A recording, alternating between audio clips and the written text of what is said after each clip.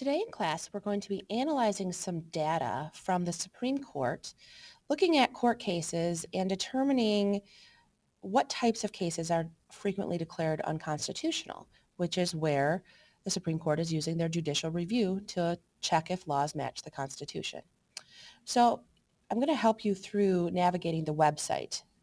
So you're going to start in Schoology in the Jefferson folder. You can see I've placed a judicial review materials folder. And you're going to click on this Supreme Court database link. That will take you to the analysis specifications page of the Supreme Court database. And we need to scroll down to where it says set data parameters. We need to set the kind of data that we're looking for because the database is so big. So we're going to scroll down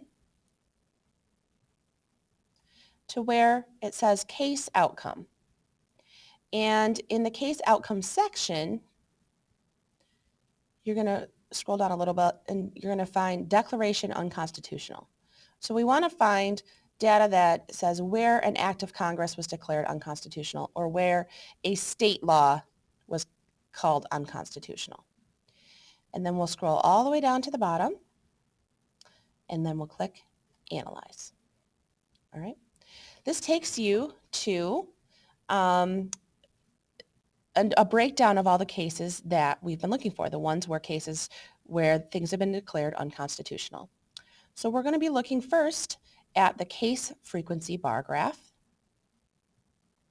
And as you can see, it has starting from 1946 and it goes all the way to 2014. And it talks about the frequency where we have court cases where laws were declared unconstitutional. So you're going to use this case frequency bar graph to answer questions 1A through 1D. You might want to pause here and then answer questions 1A through 1D. And then come back and we'll start with what to do for number 2. So once you're ready to answer number 2, you're going to scroll down to where it says decision direction. And this graph is talking about what direction is the decision leaning?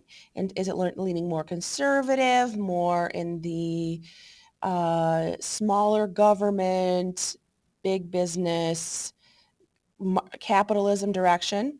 Or is it leaning more liberal in terms of social justice issues, winning equality for various individuals, those types of things? So that's what the blue is liberal and the red is conservative. So you're using this graph, the decision direction graph, to answer 2A through 2E. Next, once you're done answering those questions, you're going to go all the way back to the top. And next to analysis overview, you see issues summary. You're going to click issues summary.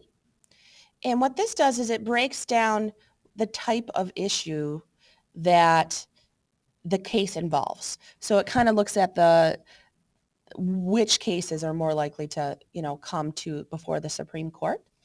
So you're going to use this issue frequency and distribution by year graph to answer the questions for 3A through C. All right, so you're going to use this. And then next, the last piece, you're going to scroll down to the bottom here where it says issue frequency and distribution totals. And you're going to utilize this bar graph to answer questions 4A and B.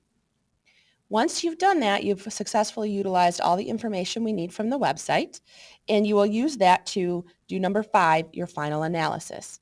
Your final analysis is what I am grading from this activity, so you have to do it. All right, hope this helps.